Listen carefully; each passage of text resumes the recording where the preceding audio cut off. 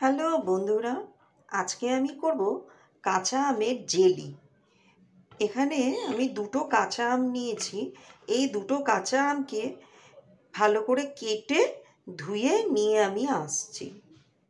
কাঁচা আমগুলোকে এরকম ছোট ছোট করে কিউব করে কেটে নিয়েছি, খুব ভালো করে পরিষ্কার করে নিয়েছি এবং ধুয়েও নিই।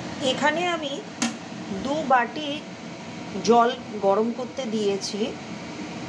জলটার মধ্যে আমি আমগুলোকে দিয়ে দেবো সেদ্ধ হওয়ার জন্য।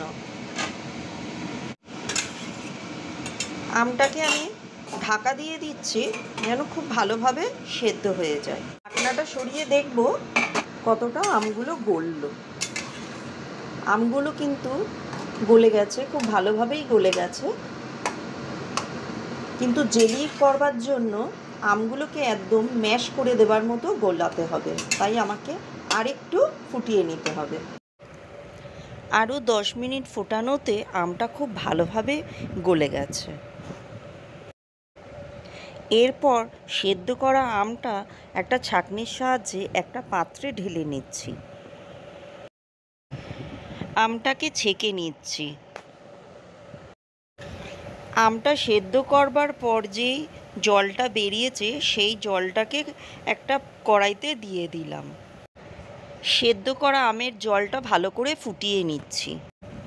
সেদ্ধ করা আমটা যে ছাঁকনিতে তুলে নিয়েছি তার মধ্যেই আমি ম্যাশার দিয়ে ভালো করে ম্যাশ করে নিয়েছি। এরপর ছাঁকনির নিচ থেকে যে আমের পালটা বেরিয়েছে সেটাকে আমি এক জায়গায় করে নিচ্ছি।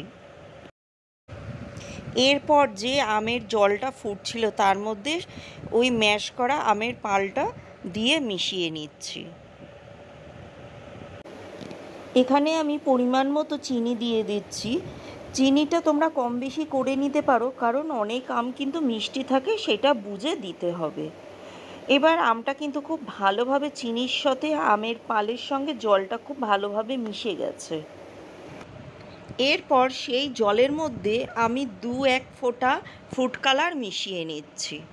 এখানে অপশান, তোমরা মেশাতেও পারো বা নাও মেশাতে পারো, কিন্তু আমার মনে হচ্ছে জেলিটা এমন একটা জিনিস যে বাচ্চারা কালারফুল দেখলেই খেতে পছন্দ করে, তাই আমি এখানে একটু ফুড কালার মিশিয়ে নিলাম। এরকম জাল হতে হতে যখন গাঢ় হয়ে যাবে, একটা চিটচিট ভাব চলে আসবে, তখনই বোঝা যাবে জেলিটা তৈরি হয়ে গেছে। আর বেশিক্ষণ ফোটাবো না, তাহলে জেলিটা কিন্তু অনেকটা পরিমাণে গাঢ় হয়ে যাবে। এরকম অবস্থায় গ্যাস অফ করে দেবো এবং সামান্য পরিমাণে ঠান্ডা হতে দেবো, যাতে যে কাচের বয়ামটায় আমি রাখবো সেইটা বেশি গরমের ক্ষেত্রে ফেটে না যায়। এরপর আমি একটা চামচের সাহায্যে জেলিটাকে একটা কাচের পাত্রে ঢেলে নিচ্ছি। সামান্য ঠান্ডা হওয়াতেই কিন্তু জেলিটাকে যেই পাত্রে রাখবো সেই পাত্রে ঢেলে নিতে হবে, নালে যেই পাত্রে জেলি তৈরি করা হয়েছে সেখানেই কিন্তু জেলিটা জমে যাবে। এরকম কাঁচা আমের জেলি তৈরি হয়ে গেল। খুব সহজেই কিন্তু অল্প উপকরণেই ঘরেই কিন্তু কাঁচা আমের জেলি তৈরি করা যায়। এইভাবেই আমি রেখে দিয়েছিলাম জেলিটাকে কাচের পাত্রে ভরে সারা রাত্রি। দেখো জেলিটা কিন্তু সম্পূর্ণভাবে বোতলটার মধ্যে জমে গেছে। আমি বোতলটা উল্টে দিয়েছি, সেটা থেকে কিন্তু একটুও কিন্তু গড়িয়ে পড়ছে না। এইটা খাওয়ার মতো তৈরি হয়ে গেছে।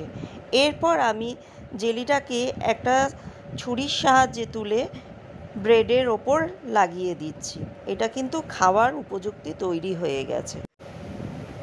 এইভাবে আমি প্রত্যেকটা ব্রেডের ওপর জেলি লাগিয়ে নিলাম। দেখতে তোমাদের কেমন লাগছে আমাকে কিন্তু তোমরা কমেন্টস করে জানিও। এইভাবে ঘরে আমি আমের জেলি তৈরি করে ফেললাম। কেমন লাগলো সেটা জানাতে ভুলো না। টাটা।